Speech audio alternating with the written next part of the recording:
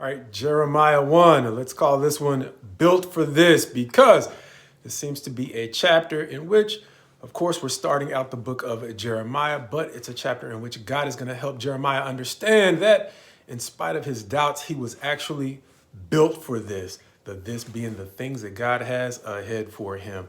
This chapter seeming to break down in my favorite three sections. It's actually divided in two, but I'm dividing it in three again.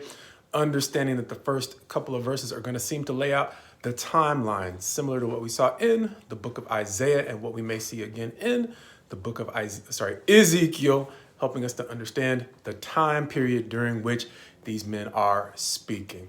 Beyond that, he is going to talk about, as we mentioned, the fact that Jeremiah was built for this in spite of his doubts, going on to give him two words from the Lord that are going to seem to help him understand that in spite of the things that may seem sketchy ahead, he is on the right path when he sees these green flags, we'll call them, for his future.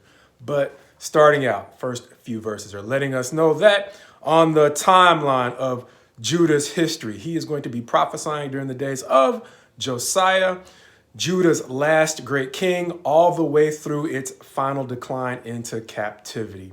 Going on in verses 4 and 5, we're going to talk about his call. That's literally what my Bible calls it. However, in verse 6, as we mentioned, Isaiah is going to give his reply, and it's going to seem to be filled with his legitimate anxieties about what God is asking him to do. The latter half of verse 6, going on to really verse 7, going on through verse 8, and quite possibly verse 10, going on to talk about the way in which God is going to encourage him. But the reason why I might have stumbled a little bit is that verses 9 and 10 are going to give him some practical indications, or the early indications of things that he can look for to understand what his purpose is going to be long range. As the portion or the latter portion of the chapter is going to seem to talk about, as we mentioned, some guideposts that are going to be specific for him understanding, is this the way I'm really supposed to go? So beginning in verse 11, he's going to get his first word from the Lord, talking about an almond branch, where in verse 12, it's going to say, "Then the Lord said to me, you have seen well, for I am watching over my word to perform it." The two things didn't completely make sense to me until I saw a footnote that said, when God asked Jeremiah, "What do you see?" And he said, "An almond branch." And then he talks about watching. Those are two words that in Hebrew literally or almost sound the same.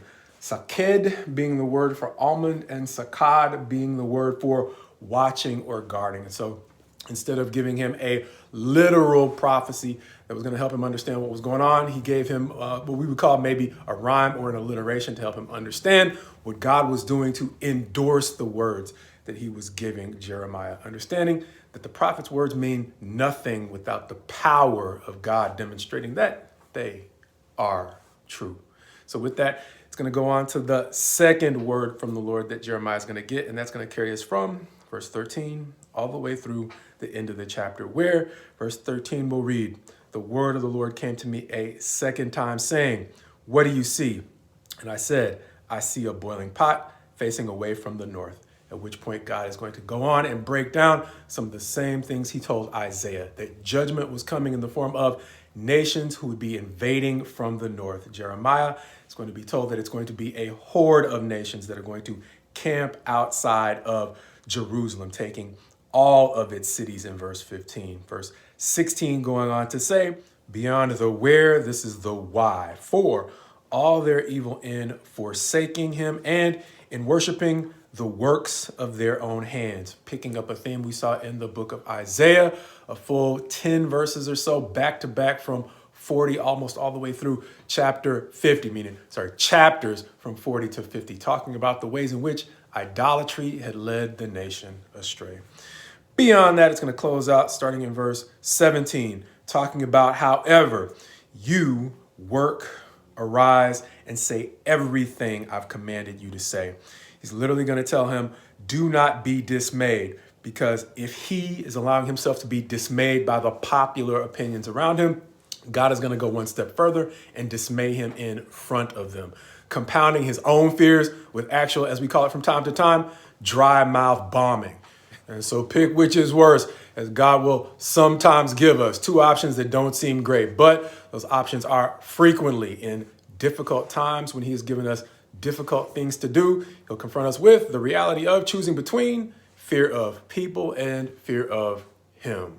Understanding that he is going to go on and not simply pick at Jeremiah, but encourage Jeremiah, like we said, with more specifics, helping him to understand in verse 19, as the chapter will conclude, they will fight against you, but they shall not prevail against you, for I am with you, declares the Lord, to deliver you.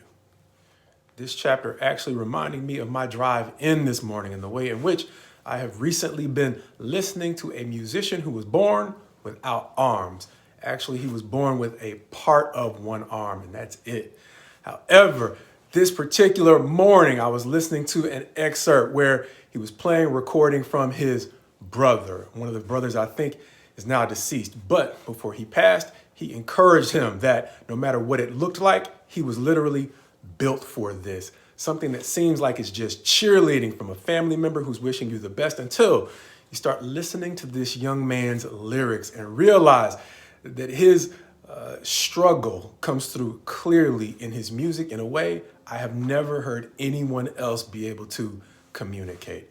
And so in spite of what he was missing, his outward appearance might suggest that, because he's not like all the other musicians, especially the other successful musicians, that he was less capable. However, his brother seemed to be encouraging him in much the same way God is encouraging Jeremiah, that what you see outwardly does not control what he has built you to conquer. The question is, are you spending more time taking your cues from what you see, as opposed to getting a deeper understanding of what he is telling you you were built for?